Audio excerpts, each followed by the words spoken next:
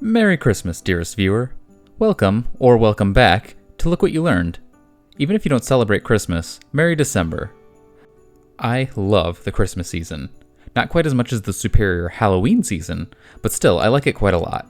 Similar to Halloween, I have a tradition of watching my favorite Christmas movie every year, sometime between the 1st and 26th of December. But what is my favorite Christmas movie, you might ask? Is it The Santa Claus?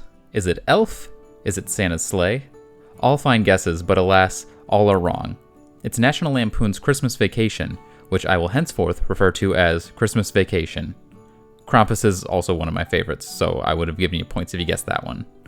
For me, Christmas isn't about religious observance or toxic consumerism. No, for me, Christmas is about kindness and giving, and most of all, family. Lots and lots and lots and lots of family. As such, Christmas Vacation really embodies the feeling of Christmas for me in a way that other movies just don't. Having seen this movie so many times, I picked up on a number of details that you might miss on your first viewing.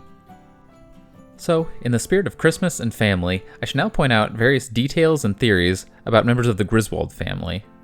None of these are going to be particularly earth-shattering, I think, but hopefully you'll find some of them interesting. Let's start with Rusty. As with every movie, Rusty and his sister have had their appearances and ages changed, with Russ now being portrayed by Johnny Galecki. Galecki is best known for his role as David/Kevin on the hit sitcom Roseanne, but you might also know him as Leonard from The Big Bang Theory. Fun fact, in 2012, Old Navy released a special Christmas ad that reunited several versions of the Griswold kids, though weirdly, Galecki wasn't present, despite being the Christmas Rusty. Let's move on to Audrey. Honestly, I don't have much to say about Audrey, mostly because she doesn't have much to say herself. After the Christmas lights scene, she doesn't have any more dialogue outside of group reactions. It's really weird, it's like the film forgets about her for a while. She's not even present for the squirrel scene.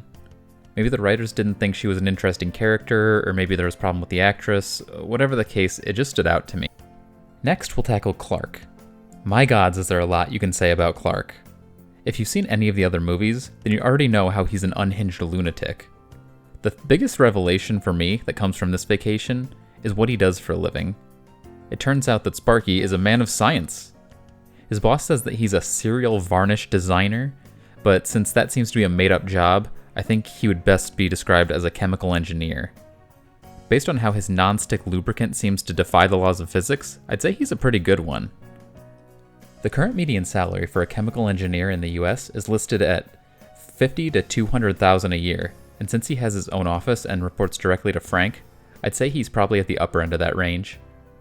So, to sum it all up, not only is Clark capable of violent fits of rage, he's also a gifted chemist. He's a mad scientist waiting to happen. The final Griswold is Ellen, who's arguably the most level-headed member of the family. Part of her ability to keep her cool may come down to her just blocking out traumatic events. When listing off examples of Clark not handling disappointment, she completely neglects the time when he was so upset about an amusement park being closed that he took a security guard hostage at gunpoint. She also refers to the climax of the movie as our family's first kidnapping, though I guess you could argue that a hostage situation is different than a kidnapping. Now, you might be tempted to say that this movie takes place before the original Vacation, however that's probably not the case, since Eddie specifically says that he sold off the farm seen in the first movie. Also, he and Clark drink eggnog out of Wally World mugs, which is a fun touch.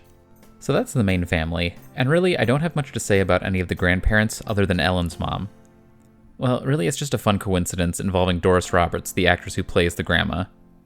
As you know, an inciting incident for the climax is Clark getting a membership to the Jelly of the Month Club, rather than a proper bonus for his job.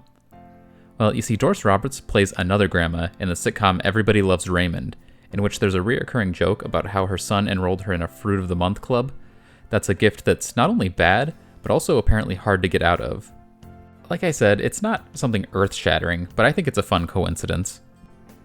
There's two more characters I want to talk about, and the first is Eddie. Like Clark, there's a lot you could say about Ed. I originally planned to argue that he was actually smarter than he lets on, but that line of thinking actually led me to an epiphany. It's always felt weird to me that Eddie would actually think Clark wanted him to kidnap his boss. Now, throughout the film, we do see that Eddie doesn't seem to fully pick up Clark's sarcasm and sass, but still, it's kind of a leap to take kidnapping requests seriously. That is, unless the person suggesting it has a history of holding people against their will. In that case, it might actually seem possible that Clark was being serious. Pair that with some of the snide remarks Clark makes to Eddie, as well as his chainsaw antics, and really it's not hard to believe that he was being serious. It's still weird that Eddie would actually go through with it, though. Then again, this is the guy that thinks it's okay to stand inches away from someone during casual conversation. The final character of interest is Aunt Bethany. Buckle up, folks. This is where things get really conspiratorial. Aunt Bethany is presented as a kindly old woman whose mind is slipping into senility. She's constantly talking about things that didn't happen, and overall she just seems like she's not fully present in reality. However, I submit to you that Bethany isn't the one losing her mind. She's the only one who knows what's really going on. The world of National Lampoon's Vacation is very strange. You have kids who are constantly changing their appearance and age, and a dad who commits felonies without punishment. Eddie's kids change too, by the way. Weird stuff happens and nobody talks about it. Maybe Clark really is a mad scientist and he's using strange chemical compounds to control people and wipe memories. Maybe there's some kind of break in reality that causes things to change periodically and nobody else is aware of it. Whatever the case, I think Bethany is somehow able to remember these changes. Take a closer listen to the things she rambles about in her first scene, and tell me if any of them seem like they couldn't happen in this movie. House on fire? Absolutely. Rusty in the Navy? Sure, why not? Clark throwing her down? He does that to Lewis later on. It all could happen, and probably did. Also, on a more realistic note, when she's asking about Rusty being in the Navy, she's probably thinking about Eddie and getting the name switched around. Alright, I'll end this video with a few rapid-fire fun facts. The first Christmas tree to go up in the White House was put up by Benjamin Harrison in 1888 or 1889. There's no information on what kind of tree it was. According to an article by OurPastimes.com, the cost of putting in the kind of pool Clark wanted in 1989 is estimated to be around $12,000. Another article by Money Beagle estimates the cost around $30,000 today. A 12-month membership to Amazing Club's Jelly of the Month Club costs about $300 today. When Eddie is talking about his other kids, he mentions that he has a daughter getting cured off the Wild Turkey. Wild Turkey is a brand of whiskey. For some reason, this line is censored in TV, and I don't know why. It sounds so much worse when you have to fill in the blank yourself. Okie dokie, well that's all I have for you this week. I hope you found this gift to be really nice. If you did, like, comment, and subscribe. Not doing so will put you on the naughty list. Trust me, I'm a close personal friend of Santa. If this video wasn't your thing, I make videos about other topics as well. Just a heads up, I don't know if there'll be a video on the 31st. I try to put out videos every 2 weeks, but between work and the holidays, things are going to be pretty crazy for the rest of the month. I promise you, I'll have a cool video for you guys on January. Keep an eye out for that, but until then, look what you learned.